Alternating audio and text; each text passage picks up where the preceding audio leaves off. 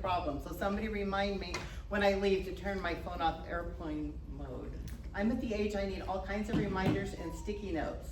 And since Sue is filming me, I'm gonna take a picture of you, but I gotta ask, why is nobody sitting in the front row?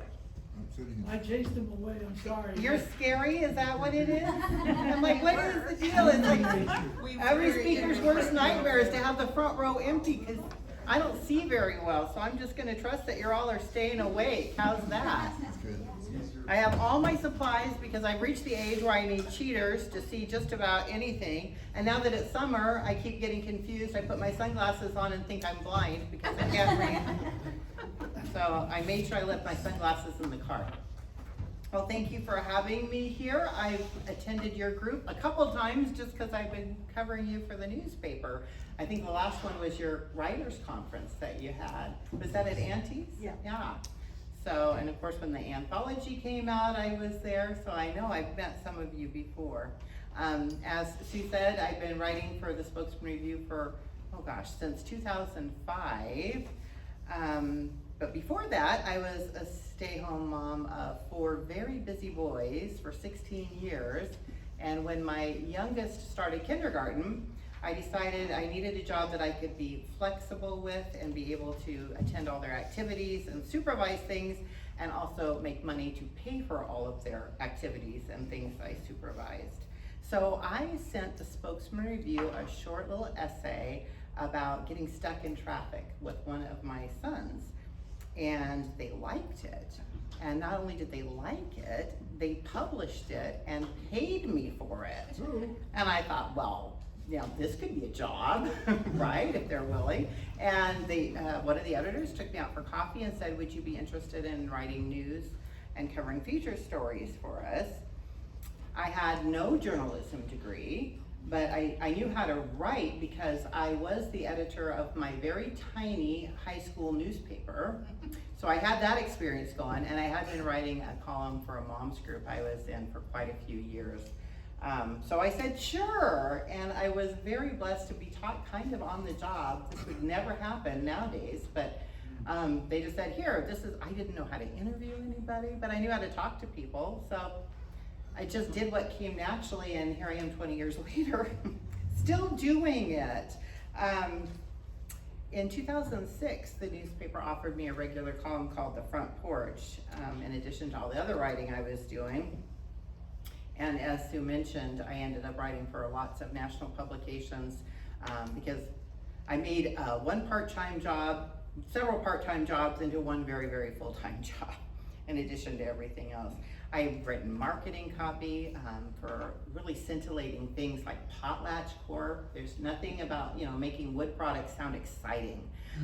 So it stretches your writing abilities. The more you do different things, the more you learn and the more you can write. And I love my partnership with Chicken Soup for the Soul. They've been so great to work with for so many years, and adapting with them through podcasts and different publishers has just been a really fun other avenue to get published. So if you haven't written for them, I teach a whole workshop about how to write for Chicken Soup for the Soul, and they're really great to work with and give a lot of writers that much needed publication credit.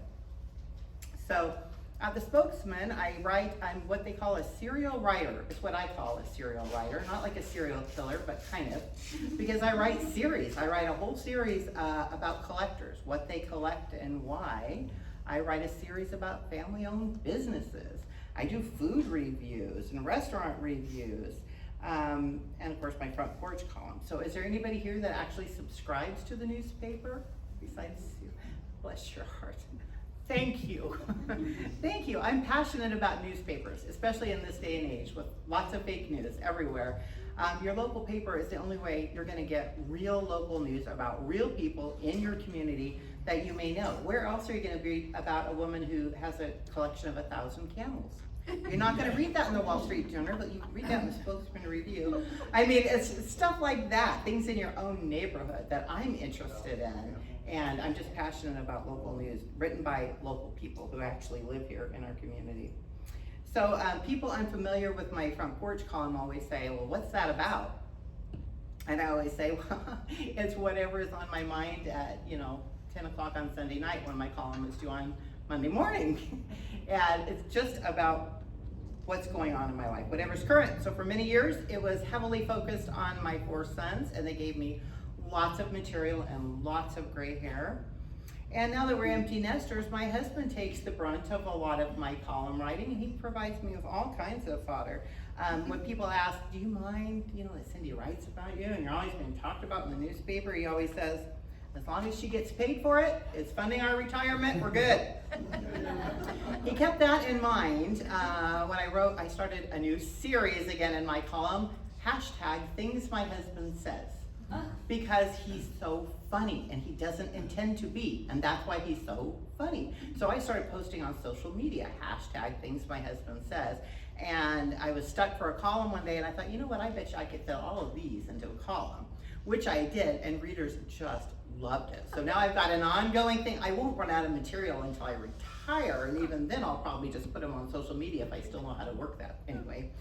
So here's a recent example that ran just a couple weeks ago of what a front porch column is. Last week my husband had his second hip replacement surgery. He'll be my $6 million man, I said, referring to the TV series from the 70s. Because he's good at math and Google, Derek replied, actually, adjusted for inflation, I'm your $32 million man. On the morning of surgery, the gentleman escorting him to the OR area asked, did your wife write for the Spokesman Review? Yes, but don't hold that against me, Derek said. Oh, I won't. She's my favorite columnist. I like how she gives you a hard time. Well, that fellow may have been a bit confused about who gives who a hard time, but without further ado, here's another installment of Things My Husband Says. I categorize them because he talks in his sleep, so that's always the first category. I mean, if you're married to a writer, I'm just so sorry for you, because I keep a notebook right by my bed and nothing gets by me. I was just about to sleep the other night when Derek rolled over and started loudly counting in mid-snore. 5, 4, 3, long pause. Snoring resumed. I didn't know if he forgot what came after 3 or if he had liftoff, but I was awake for a long time wondering. He was talking in his sleep again the other night. I wonder if cats fluff up when you stick them in there, he mumbled. I poked him. What are you dreaming about? The dryer, he said. Yeah, you try going back to sleep after that. Then I have a selection called Derekisms. We were talking about someone who got caught in a lie, and Derek said, oh, what tangled weaves we web. I burst out laughing. Derek huffed, it's British. That's not the only language he speaks. At a family dinner, our son Zach said, well, if my music career doesn't pan out, I can always get a job selling moist towelettes to restaurants. Derek said, I said, I think your dad sells moist towelettes at his shop. Derek said, well, I sell the little toilets you clean your safety glasses with. Hysterical laughter ensued. What? Derek said. I said, you said you sell little toilets. He huffed. I said I sell toilettes. It's French. Zach wiped his eyes. Dad, don't ever change. We were watching a movie and Derek said, look, C.S. Lewis. My husband may be the first person in the universe to confuse comedian Louis C.K. with the author of the Screwtape Letters. While reading a coffee package, he said, looks like I like my coffee the way I like my women, full-figured and smooth. I grabbed the package. That's full-bodied, I said. He shrugged. Same thing. Life according to Derek. We were waiting for the start of Love's Labor Lost at the Oregon Shakespeare Festival, and Derek asked if it was a comedy or a tragedy. I told him it's about some guys who swear to give up girls forever in favor of scholarly pursuits. Ah, more farce with tragic results, he said. Derek got an avocado cigar. Smell it, he said, waving it under my nose. I shuddered. It looks like a turd and it smells like a turd, I said. Holding it under his nose, he took a deep breath and said, if my turd smelled like this, I would never flush. When our son told his dad they were playing pickleball in PE, my husband was unimpressed. When I was a kid, we used real pickles when we played pickleball. One Sunday at church, our pastor said, when you think of Peter, most of you think of the fisherman, the rock on whom the church was built. Derek leaned over and whispered, I think of Paul and Mary. Now and then, you do know Peter, Paul, and Mary, right? You're all old enough. I can tell, just saying. Now and then I get a glimpse of what my husband would be like as a single man. Recently I caught him watching squirrel hunting on TV. They're shooting him out of trees. Look at him run. Ooh, a dog got that one. He's still twitching. Wonder why they have silencers on their 22s. And what does carga mean in Spanish? Me, I don't know. Why? Him. I'm rewiring the downstairs bathroom and I accidentally got the Spanish instructions. The wiring worked, believe it or not, so I guess he figured that out. He tried to talk me into watching a horror movie. It's romantic. It's like a love story, but terrifying. I didn't watch it. Speaking of movies, we streamed a film that failed to impress and pondered if we should finish it. He said, sighing, well, we've had 35 minutes and 32 seconds of non-stop fun. Maybe it's like marriage and you have to hang in there to get to the good part, I said. You mean death, he replied. We are still married. Derek told people the reason he had both hips replaced was so that he could keep up with the grandkids, but as they wheeled him back for surgery, the truth came out. Pretty soon I'm gonna be able to catch Cindy, he said. Stay tuned. But back to today's topic. In 2008, I got a new editor. I've lost count of editors I've had. They come and go. But they always have new ideas, which is interesting as a writer. He wanted me to start a series called Love Stories. And the couple I interviewed here, they're not in the book, but they made the paper.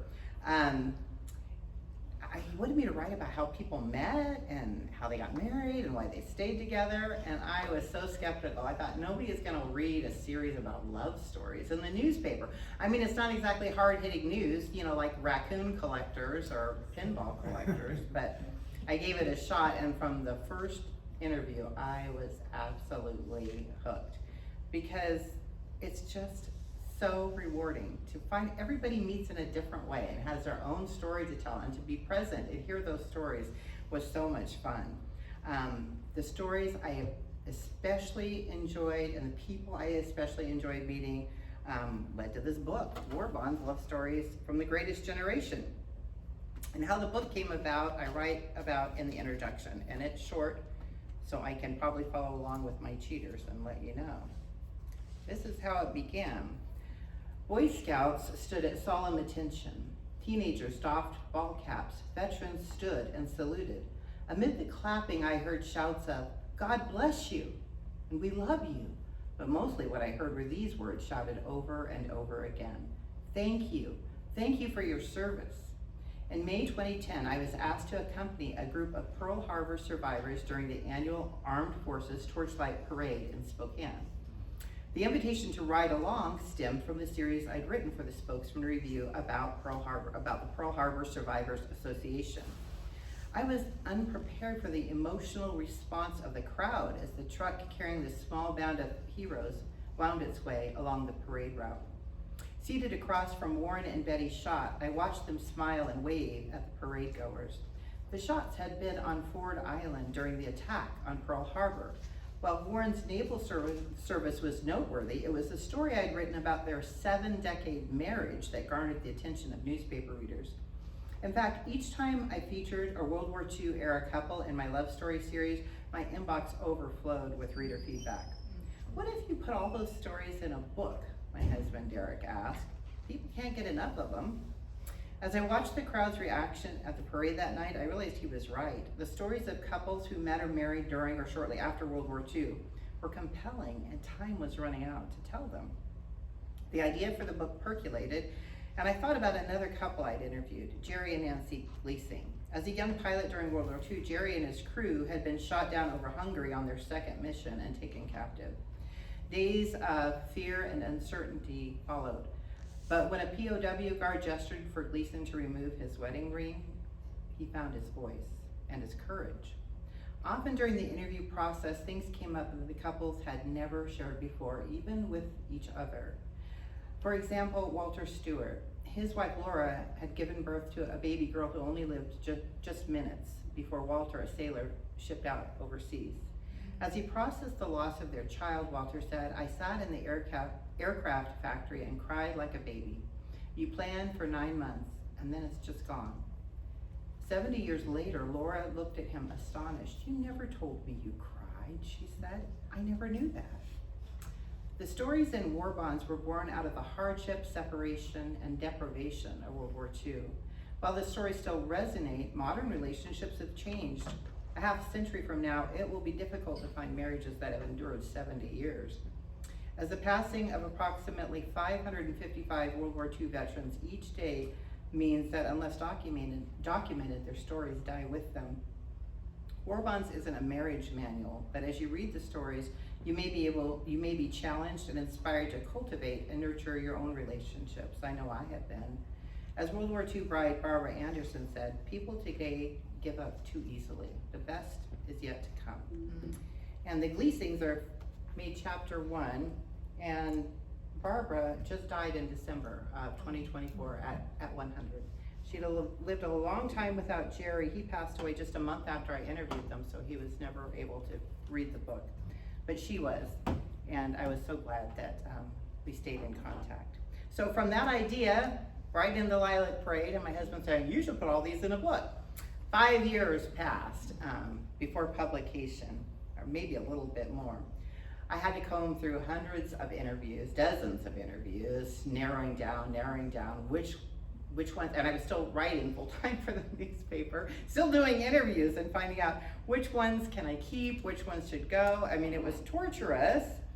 And then I revisited the couples that I'd interviewed. Once I selected the stories I wanted, I went back to revisit the couples and catch up with them, find out if anything had changed. They were all still married, thank God, otherwise it would have been a really short book.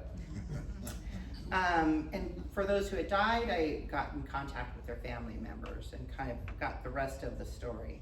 And photos are so important to this kind of an anthology, especially anything historical. And luckily, I took lots of photos when I was there, and they gave me plenty of photos that I could copy and use from the military service or their wedding photos. So I had a lot of those, and if I didn't, their family members provided them. So I was collecting photos and revamping stories, and it took a while. Some photos I didn't have and I had to get from the Spokane Review, and wouldn't you know, they charged me for them? Are you kidding me? But I did it because I needed them. So when I was nearing completion of the book, not done yet, but I kind of knew where it was going, I started querying for agents. Has anybody here done that? Doing what? Querying for an agent. Oh. No? Oh boy, you're missing out all the fun. You have, all right. Oh boy, is it fun. So after about, a query, if you don't know, is that you want an agent to represent your book to sell it to publishers. You need to send them this fascinating synopsis about how wonderful your book is and why you were the right person to write it and how unique and special it is. And you do that a lot. So after about 60 queries in, Jess Walter told me if I hadn't sent 90 out, I wasn't even trying. So I got to 60 and I got an offer of representation from a pretty big literary agency. Hooray! They sent me a contract and I'm like, phew, I can just concentrate on writing the book and my agent will do all the heavy lifting for us. Unfortunately, she was a dud. Oh my goodness. What I know then, right? She would send me emails like, I'm reaching out to Tom Hanks for a blurb, and the World War II Museum wants to do your book launch and they want an exhibit. All well and good. She didn't actually tell me what publisher she was talking to or what feedback she may have. I've since learned that if you are going to go that route, you should be getting regular updated emails about what publisher is reading your book and what the editor is saying and why they rejected it or if they're interested in it. But hindsight, right? I didn't know. After 3 years of having this manuscript, she was fired. So I wonder why. And the agency offered to carry the contract on and assign me a new agent, and by that time I was over it. I thought, oh my goodness, my people are dying and I want them to be here at the book launch at Auntie's. So I remembered, talk about the value of newspaper reading. I had read a story in The Spokesman about an author in Coeur d'Alene who'd written about a book about World War II nurses, and her publisher was Casemate. So I looked them up online. It's a small military publisher, and I thought, you know what? Everybody in my book served in the military. I'm gonna pitch them. I didn't know how to pitch them because it wasn't like an agent type thing. There was no submit your manuscript. So I just called them in Pennsylvania and said, I got this book, who should I talk to? And they said, oh my gosh, that sounds great. You know, send the email to the right person, to the whoever that was, I don't remember now. And within a month, I had a contract. And that was exciting because I knew they had proven, they published hundreds and hundreds and hundreds of books. They had an office in London. I knew the book was going to be traditionally published.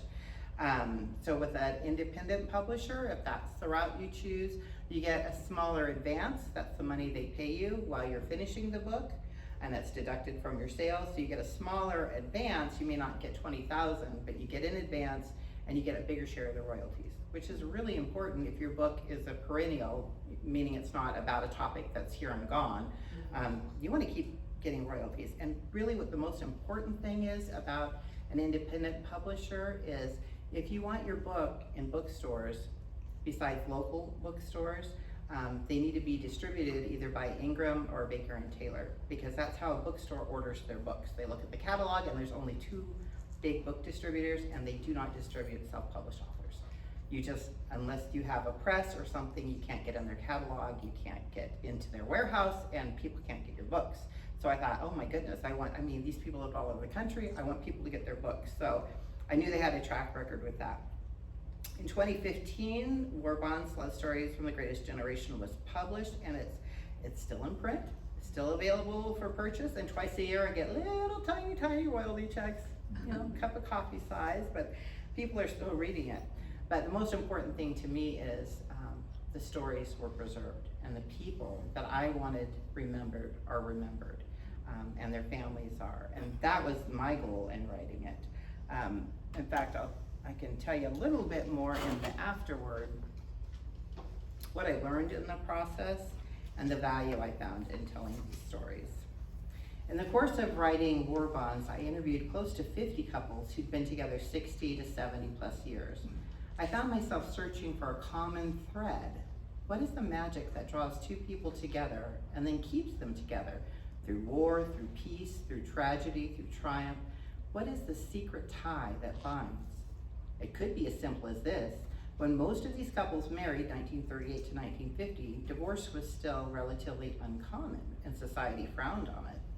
It could be that many of the couples shared a commitment to a religious faith that forbade breaking a marriage covenant. It could be that until the equal rights movement of the 60s and 70s, many women stayed in marriages because they felt unable to define themselves without a husband or children. Certainly all those aspects factored in. However, out of the 36 couples featured in this book, not all of them shared a religious faith. Many of the women enjoyed rewarding careers outside the home, and all of the couples were around when no-fault divorce became the norm. Though their stories are filled with the kind of romantic love that many of us aspire to, they weren't perfect marriages. These couples experienced heartache, hardship, bickering, loss, monetary worries, and health issues. And sifting through these stories, I found several qualities the couple shared. First, friendship. Simply put, they really liked each other. While passion and romance ebbed and flowed, their enjoyment of each other's company remained. Respect. Both partners valued what their spouses brought to the marriage and championed their individual efforts. Commitment. One bride said, after 50 years together, the memories of the bad times pale in comparison to all the joys you've shared, and it gives you hope that you can keep on making happy memories. Lastly, despite what was going on in the world when these couples met and married, they exhibited relentless optimism. They believed in causes bigger than themselves. They felt like what they did mattered, whether it was fighting Hitler overseas or planting victory gardens at home. When the war ended, they formed their marriages and families the same way, with optimism, resiliency, and courage. And those of us who are reaping the benefits of their wisdom and sacrifice owe them a debt of gratitude. Greatest generation, indeed. I was just so blessed to meet these people and to hear what they went through, and knowing they weren't perfect and that it wasn't this romantic view of the world, but what they built really mattered, and it made our nation. And I think how sad it is how quickly people forget. And so that was my passion project, to get the book out there. I'm still hoping to have a collection of my front porch columns put together someday. It's awfully hard to work full time and write a book. I had to take a little bit of a sabbatical to get that one done. And I know it won't be for mainstream publishing like this book will be, so I'll probably look for another independent press to do that. So since I'm addressing a group of authors, my favorite kind of people, writers and creative things, I always ask this, why are you writing? Why are you writing? Why? Most of us would say, because I can't not write. I mean, really, when you're a writer, you can't not write. No matter what you're writing, it's just like a compulsion to get words on paper. So are you writing for yourself? I always say, I don't know what I'm thinking until I write. Then I know what I'm thinking. It's like, oh, right. So for me, that's a way of just processing life, marking special times. It's a way I make my living. So I'm not really writing for myself because I would like to retire it someday. We got to keep fixing that account up. Are you writing for an audience? When you're sitting at your computer or at your typewriter, some people do that, are you thinking about who you want to read this story? Is it a children's book for your grandkids? Is it a memoir for your family? Is it about a friendship that really mattered to you? Is it fantasy that lets you get lost in a whole nother world that you think there's an audience for that? It's not just for you, it's for somebody else. Do you want to see your book in bookstores? Or do you really just want to print it up at Grey Dog and give it to your family and your friends and you've preserved something important to you? Or do you want to see it in libraries? Do you want kids to go check it out and be able to buy a copy at a bookstore? Whatever your vision is when you're writing, the most important thing is keep writing. Just keep writing. I mean, if this is your passion, if this is what you love to do and you can't do it, don't stop. It doesn't matter if you don't get an agent or a book deal or make the New York Times bestseller list or get a Kirkus starred review. What matters is that you've got your words on paper that nobody else can write but you. It's your thoughts, it's your imagination, it's your creativity, so why not write? Sometimes writing words you are proud of can be enough. Have you ever written a paragraph or a sentence and just sat back and went, wow, that's pretty darn good. Read it out loud and you say, I like that.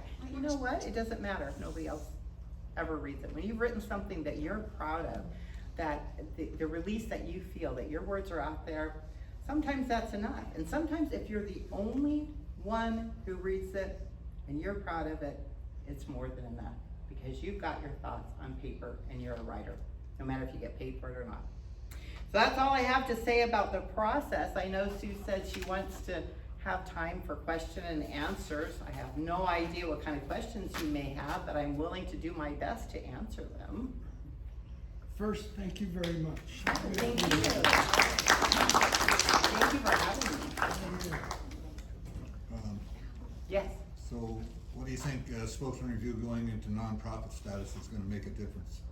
I have no idea. That's above my pay grade. I don't know anything about the mechanisms of it. I know it's been around for a long time. I think it's very hopeful. I feel very hopeful because there's commitment to more local news, and that's what I'm passionate about. I can get national news anywhere, but I want to read about people in my community, and that's what I want to write about. So I'm hopeful. If you keep subscribing, read online. Yes. Do you get confused with Irma Bombeck? Sometimes, now some people might not know who that is, but I had a friend when I was pitching my columns book said, Cindy Hval writes like if Irma Bombeck and Anne Lamott had a love child. I thought, well, that's pretty good. And someday there is a competition, an Irma Bombeck writers competition in Ohio where my grandkids are. And if I didn't have to write every day for a living, because you have to write an original piece for that, someday I'm going to enter that contest. That's on my bucket list. Thank you. I think that's a nice comparison. It doesn't bother, I'm flattered when people do that. Any other questions?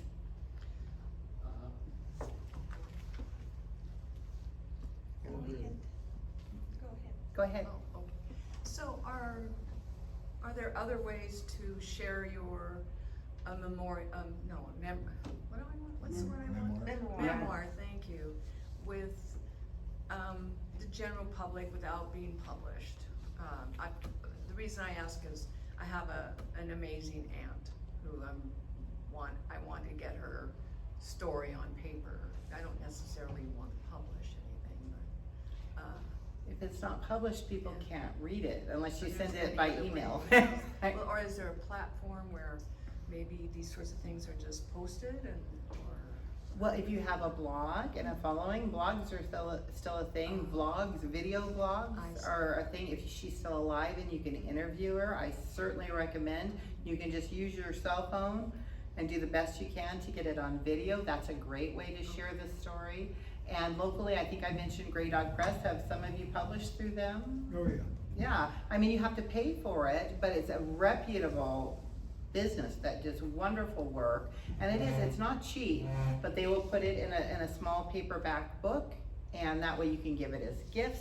I see. And if you would like to sell it, you can. The thing that I deal with a lot as a writer for the newspaper, I used to do a lot of book reviews, and so many people write. They say, I self-published this book, will you review it? And we've always had a hard and fast rule, no book reviews for self-published books, not because they're not good, but because so many people do it, and we can't do it. So every now and then they'll say, if it's locally set, like I did write about an author who wrote a series of mysteries that were set in Spokane and did quite well, something like that. But anymore, I just don't write them because it's too discouraging to have to say no all the time.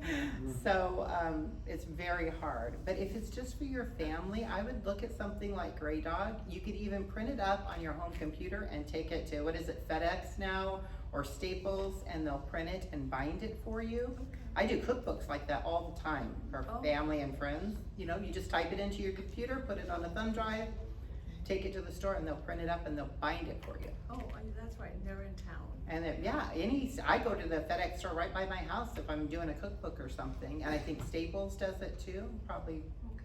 That's in the office store. And I had a second question, if that's all right. Please do. So, I grew up in Spokane, or I grew up in this area, and my parents, my grandparents, my great-grandparents are from Spokane, and so, and they were immigrants. And there are so many interesting neighborhoods in this town that were begun by immigrants. It's the Italian neighborhood, and then out in the Ritzville area, there's the Volga-Deutsch, the Southern Russians from Germany. I never see, and I think they all have fascinating stories of how they came, how they got here, and how they evolved in Spokane and became successful. And then of course there's the Japanese neighborhood, the Chinese neighborhood, and a lot of those folks are still around. Does the spokesman ever think about maybe covering those stories, or? Well, it's called long-form journalism. So Oh. typically when we do that, it's an investigative type report. Okay. Sometimes, like I wrote about the anniversary of the Japanese, it's the Methodist church on the South Building, I can't remember. Yeah, the Presbyterian Japanese. Yes, and so I got to include a little bit about the history of that Japanese neighborhood and how that church was built. Was wonderful. But as far as big long histories, in fact, someone just sent me an email a couple weeks ago about the Norwegian influence. I'm married to, my father-in-law was a Norwegian immigrant, so my husband's second generation. And that's just too much, because she said, like, they came from, and they were all on this boat and they came to Seattle, and it's just too many words. So I see, okay. not enough. I was curious about that. Yeah, So- I think it's great ideas, and I would certainly read something like that, but everything has to be pressing for space, right? And now we have so many interesting, immigrants who are coming in, or refugees from Right. Afghanistan. And we do Iran, tell some of those stories because that's Eritrea. current. Yeah. So a couple weeks ago, we just had a wonderful story about a family. So some of those are current, but anything, the typical newspaper story is between 500 I and see. 750 words, Okay. which, I just was interviewing a motorcycle group last night, and Oh. 8 people, and they're riding together, and I'm like, I only have 600 words. That's a Nice. challenge. In fact, that's one thing I didn't say. This book is only 220 pages or something. Brevity is your best friend, no matter what genre you write. Newspaper journalism has to be punchy, quick, because nobody has time. Everybody's distracted. But even in a book, that's what I'm attracted to, short chapters. Nice. I read a couple authors that don't have chapters, and I'm like, oh my gosh, because you never know when to stop. So brevity is usually your friend. You can usually cut out, for every 100 words, you can usually cut out 25 of them and be better, actually. Any other questions? Yes. You mentioned something about a relationship with the chicken soup. Yes. Could you tell us a little bit about that? Sure, it is the best way for a writer to get credit, because when you're trying to pitch a story somewhere, or you want an agent, they want to know where you were published, and your church bulletin is not going to cut it. So Chicken Soup, because they've been around so long and have so many volumes, you just go to their website, www.chickensoup.com, you can Google it, and go to submit a story, and they'll have a whole list of book topics and exactly what you need to do. It is the most user-friendly for somebody who's never written professionally before. It's the most user-friendly thing you can ever do. It'll tell you exactly what they want in the story, how long it needs to be, and there's all kinds of topics. I'm always sending them stories about my cats or Christmas, because they come around every couple of years. Now they're really into humor books, if you write humor. And again, they're short pieces. They do the editing. They pay, I think, $300 now, $250 to $300. So you get paid, you get a credit, you get a little bio in the book, and it'll be in the library. You can do book signings, because they'll send you, I think, 10 free books. So you really check it out if you haven't, you want to get published. I really recommend it. Anybody else have any questions? Okay. Yes. Do you ever write for other venues besides the review? Oh, I forgot to mention that. I must have skimmed right through that. Yeah, I'm a staff writer for Faith and Values News, which is an independent news organization in Spokane that covers news, faith and values news, not necessarily religion news, across the Inland Northwest. So I'm on staff for them, and I also write for the University of Washington School of Medicine, Gonzaga Health Partnership. That's marketing writing, but it's telling the stories of the medical students and the doctors who are here in Spokane and graduating. So that's why I don't have time to write another book. Any other questions? Yes. So, did I hear last week last time we met that I think I heard that you also work at the library? Is that right? No, that's not Okay, me. it must have been someone else, okay. I love the library. I go to the library. Now I check out my books I put them on hold, and I don't have to browse the shelves. I just go to, if you don't use Goodreads, you don't know what you're missing. Okay. Goodreads, you find all the books you want, and then you go to the library and put them on hold and just pick them up. Yes, I Yeah. Any other questions? Thank you. Thank you so much for your time. I appreciate it. And I'm turning my phone off airplane mode as soon as I sit down.